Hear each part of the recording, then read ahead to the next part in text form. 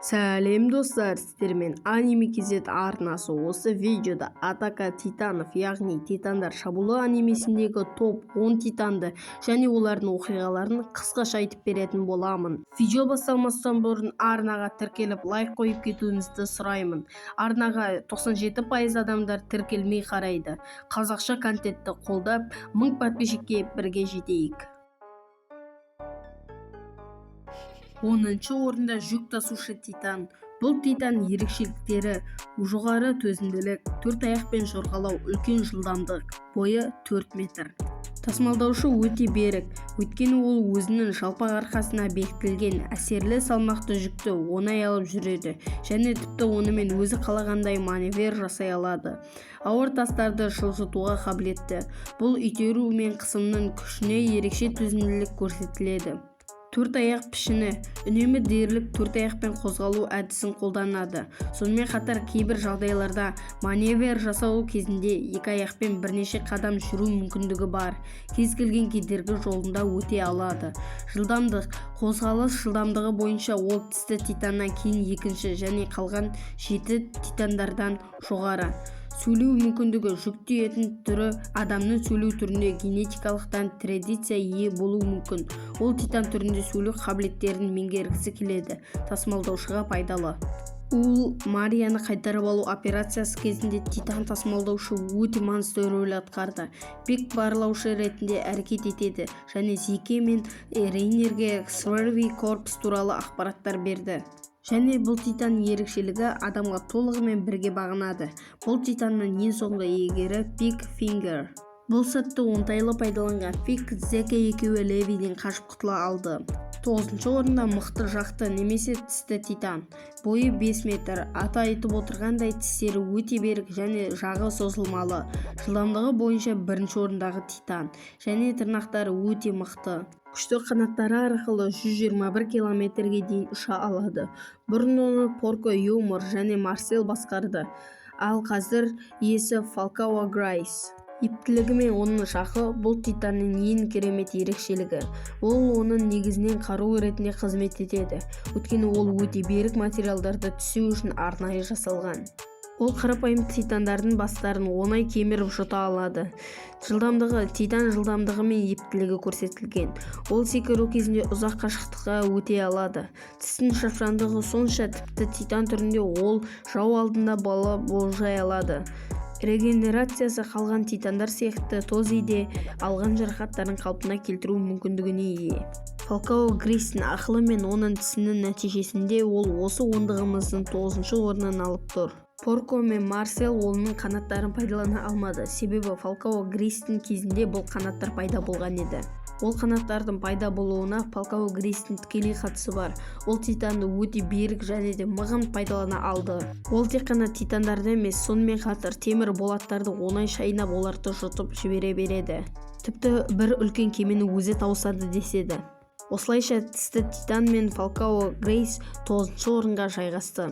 8-ші орында бәрімізге ұнайтын титан десе де болады. Ол сауытты титан. Бойы 15 метр, бүкіл денесі мықтап сауытпен қапталған. Мүмкіндіктері құрыш және де регенерация мен қатайту. Үлкен салмағына қарамастан өте жоғары жылдамдыққа ие. Сонымен қатар сауыттарды құрыштандыру және оларды қатайту техникасын оңай пайдалана алады. Және оның қолын қарасаңыздар, лезде өзі дами алады. Регенерация өте жақсы.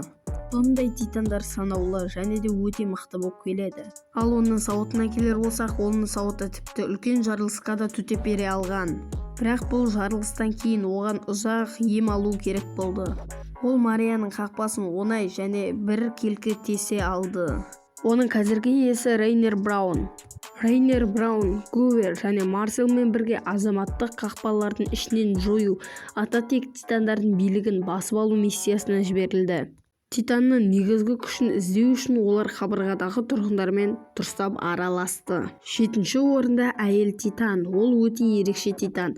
Бойы 14 метрді құрайды. Оның мүмкіндіктері титанның айғайлап шақыруы және басқа титандардың жеңгеннен кейін оның мүмкіндіктерін пайдалана алу.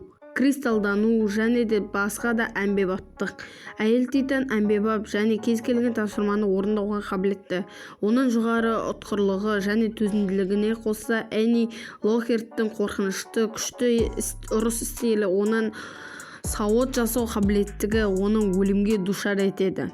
Қазіргі иесі айтап өткендей, Энни Локхарт аталық титан және жыртқыш титан секілді, әйел титан да өзінің айқай қабілеті арқылы ақылсыз титандардың әрекеттерін белгілі бір дәрежеде әсер ете алады. Бұл армияны алыстан, қашықтықтан шақыруға және де оларды гүрілдетуге көмек береді. Армин Энниге шабуыл кезінде Шишигани деген көптеген титандар тарту үшін осы әдісті қолданды деп болжайды. Ол Эренді ұрлау мақсатындағы тапсырмада жүрген кезде оған қарсы Эрен мен және оның командасы шыға бастады. Сондықтан ол өзін кристалдандырып, өзі арқылы Юмпс арқылы қашып кете алды. Ақылсыз титандарды шақырудың кемшілігі оны пайдалану нәтижесінде шақырылған титандар әйелдің өзіне шабуыл жасап, оны жей бастайды. Әдетте мұндай оқиғалар салдарынан қалаусыз және ауысым үшін апатқа әкелуі мүмкін. Бірақ кейбір жағдайларда оның пайдасы арқылы болуы керек. Осылайша Энни Локхарт титанның денесін тастап, Юмпс арқылы қашып кете алады. Нақтылап айта кететін болсақ, әйел титанға деген өте қауіп төніп тұрған кезде ол титандарды шақырып өзін жегізе бастады. Сол кезде барлығы оны өлді деп ойлайды, бірақ ол әйел титаннан бөлініп, Энна өзі қашып, Юмпс арқылы қашып кете алады. Ұшқыр ой, кристалдану және регенерация бұның барлығы әйел титанның ең мықты ерекшеліктері болып келеді. Энни Локхарттың да өте мықты төбелес шеберлігінің арқасында әйел титан 7-ші орынға жайғасты. Ал біз 6-ші орынға келіп жеттік. Бұл шабуылшы титан. Аты айтып отырғандай шабуылға арналған мінсіз титан десек те болады. Басты кейіпкердің, яғни Эреннің титаны болған. Ол тек шабуылға ғана емес, сонымен естеліктерді сақтауға және толық дәрежеге жете алған. Оның бойы 15 метр. Ұлы титанның соғысынан кейін 7-9 титанның билігі Мариал үкіметінің қолында аяқталды. Корольдің ультиматумына қарсы тұру үшін мариалдықтар бұл титанның күшіне таңдаулы Элидин балаларына беруге шешім қабылдады. Шабуылшы Варрис ұйымы осылай пайда болды. Атақты титандардың күшіне жоғары аталған патша өзімен бірге жұмаққа алып кетті. Оның көмегімен Мария, Сна және Роза қабырғалары тұрғызылды. Бір кедергі Эльдия империясының қайта жандануын қалайтын революционерлер шабуылдаушының күшін материалдық жасырған болса керек. Яғни айтқанда, оның жасырылған мықты күштері бар. Егер де толық күштері зерттелген болса, ол біздің тобымыздың топ үштігіне кіруі мүмкін еді. Ерекше дарын және ерекше қорғалу және олардағы шабуыл жүйесі. Ол деген көптеген температураға төзімді және адамдар мен титандар арасындағы алауыздыққа жол бермейді. Ол да әйел титан секілді кристалдану арқылы жүзеге асырылады. Яғни айтқанда, қабырғаларды тұрғызу кезінде осы атакающий титандар, яғни шабуылшы титандар пайдаланылған. Эрен бұл титан арқылы бір қабырғаның тесігін біте алды. Және осы сәттен бастап ол шабуылшы титанның көмегінен толығымен бас тартылды және де оның басшысы деп есептелмеді. Тек бір қабырғаның емес, Роза және Мария қабырғаларында оңай біте алды. Сол сәттен бастап бүкіл қабырғаларды титандар құрғаны анықталды. Егер де титандар адамдарға шабуыл жасайтын болса, бұл қабырғаны не үшін құрғаны әлі күнге дейін анықталмады. Яғни айтқанда, бұл титанның ерекшеліктері осыда болды. Ал енді титанның өзіне оралсақ, оның шабуылдағы ең ерекше әдістерінің бірі ол қолмен соққылау. Ол арқылы ол көптеген титандарды оңай жеңе алды. 5-ші орында Ант тәрізді титан. Бойы 17 метрдей болатын титанның мүмкіндіктері сөйлей алады және айқай арқылы басқа титандардың өз ықпалын жүргізеді. 9 титанның бірі болды. Оның көптеген қарапайым титандарға тән емес ерекшеліктері бар. Ең бастысы, адам тілін мінсіз сөйлеуді біледі. Нәтижесінде оның басқа гиганттарды басқару қабілеті, ауызша бұйрықтар мен физикалық қорқытудың үйлесімді болуы мүмкін. Қазіргі уақытта бұл титан Зеке Ягерге тиесілі. Зеке 12 жылдай жыртқыштың күшімен өмір сүрді. Сондықтан қазіргі уақытта Ан билігінің мұрагері расталды. Колт Грайс деп өзгертілді. Яғни Ант тәрізді титан арқылы адамның өмірін ұзартуға болады және бойда жеткен ауруларын азайтуға деген қабілеттілігі жоғары. Оның күші мен алысқа деген дәлдігі оның заттарды алысқа дейін оңай лақтыруына әкеп соқтырады. Оның жылдамдығы өте жылдам. Ол жылдамдығы арқылы қабырғаларды оңай тесіп, қайттан артқа қарай қайтып кете алады. Бір қызы Титан мен Зекенің бірге деген қаптауларының арқасында Титанда болып жатқан өзгерістер Зекеге де пайдалана алады. Яғни кристалдану, яғни Зеке де кристалдана алады. Бұл арқылы оның желкесін қорғаған іспеттес болып есептелді. Антарес Титанды өте ерекше пайдаланған үшін мен осы орынды оған бергім келді. Яғни өте ерекше орын. Ол Род Рейс. Род Рейстің тарихына назар аудара алмаған үшін өкініп, одан бас тарту туралы қатыгездік және салқынқандылық шешім қабылданды. Оның өміріне немесе мақсатына келген өте қорқақтық және қатыгездік екеніне байқауға болады. Мүмкін кекшіл. Оның отбасының мақсаты Род үшін бәрінен де жоғары екені байқайланады. Ол бәріне қарамастан өз мақсатына қарай жүрді. Қорқынышты жеңіп, құбыжық болды. Ол өзінің әулетінің басшысы, азаматтың нағыз билеушісі, Ури Рейстің үлкен ағасы, Фрида мен тарихты әпкесі. Оның негізгі ойы өзінің отбасында Антарес Титанды алып қалу болды. Бірақ оның осы ойлағаны болмады. Бірақ оның ең мықты күш-жігері және де ақыл ойыны арқасында біз осы орынды оған беруді жөн көрдік. Род Рейс туралы келесі ақпаратты толық білгілеріңіз келсе, пікірге жаза кетіңіз. Біз 4-ші орынға кеттік байқы, let's go! 4-ші орында үлкен Титан, бойы 60 метр, денедегі буды басқара алады. Өзінің керемет өлшемінен денесінің шағатын ыстық буды айтарлықтай балқумен және трансформация қуаты сәтті және басқару қабілеттілігі танымал 9 Титанның бірі болады. Үлкен Титан барлық басқа 8 сезімтал Титан сияқты Трос шайқасында 1700 жыл бұрын Ymir Фринц қайтыс болғаннан кейін пайда болды. Ол қайтыс болғаннан кейін Клос атағы Титанның Элесіндік бағындуына Эледегі ақсүйек үйлердің біріне ие болды. 17-ші ғасырдан кейін Карл Принц ұлы Титан соғысын тастап Парадиске барған кезде орасан зор Титанның Мерафилді басып алады. Шамамен 843 жылы үлкен Титанның Братулық Гувер мұра етіп, кейінірек ол Марилидегі басқа елмен соғыс кезінде Клосты күшін жау әскерлеріне орналасқан қаланы жою үшін пайдаланылды. 845 жылы марилықтарға Брюлок, Рейнер Браун, Энни Лохерт және Марсел Глиард партиде аралықтарында операцияға жіберілді. Осы арқылы ол көптеген шағын аудандарда оңай жоя алды. Адамдарды өзінің желкесіне жақындатпау мақсатында ыстық бу шығара алады. Ыстық буының негізгі жылдамдық температурасы 1.060 км сағатына деп есептеледі. Негізі кезінде оның негізгі күшін осы бу арқылы есептейтін болса, оның негізгі күштері одан да көп еді. Бірақ оны ұзын қолының арқасында үлкен соққылар және атомдық бомбалар оның ерекше күші болып табылады. Ол адамдарға дейін өте ыстық бумен есептеледі.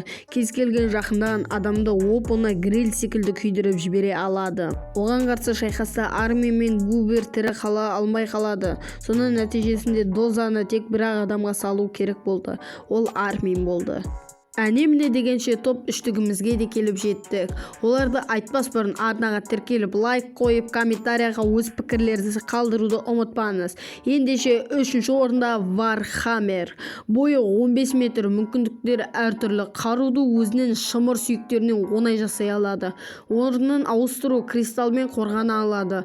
Оның ең мықты қаруы әйгілі 30 метрлік соғыс балғасы.